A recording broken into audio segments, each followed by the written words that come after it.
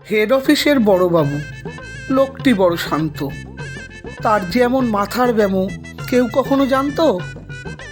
দিব্যি ছিলেন খোশ মেজাজে, চেয়ারখানি চেপে একলা বসে ঝিমঝিমিয়ে হঠাৎ গেলেন খেপে।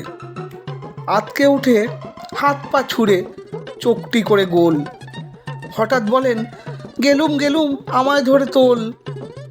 তাই শুনে কেউ বদ্যি ডাকে, কেউ বা হাঁকে পুলিশ, কেউ বা বলে কামড়ে দেবে সাবধানেতে তুলিস। ব্যস্ত সবাই এদিক ওদিক করছে ঘোরাঘুরি। বাবু হাঁকেন, ওরে আমার গোপ গিয়েছে চুরি। গোপ হারানো আজব কথা, তাও কি হয় সত্যি? গোপ জোড়া তো তেমনি আছে, কমেনি এক রত্তি। সবাই তাকে বুঝিয়ে বলে, সামনে ধরে আয় না, মোটেও গোপ হয়নি চুরি, কখনো তা হয় না। রেগে আগুন তেলে বেগুন তেরে বলেন তিনি, কারো কথার ধার ধারি না, সব বেটাকেই চিনি।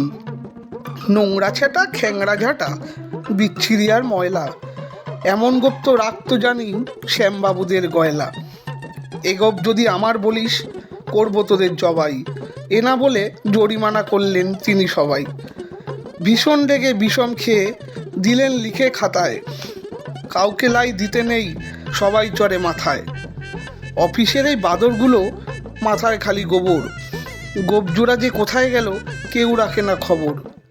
ইচ্ছে করে এই বেটাদের গোপ ধরে খুব নাচি, মূর্খগুলোর মুন্ডু ধরে কোদাল দিয়ে চাচি।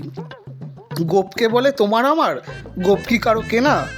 গোফের আমি গোফের তুমি, তাই দিয়ে যায় চেনা।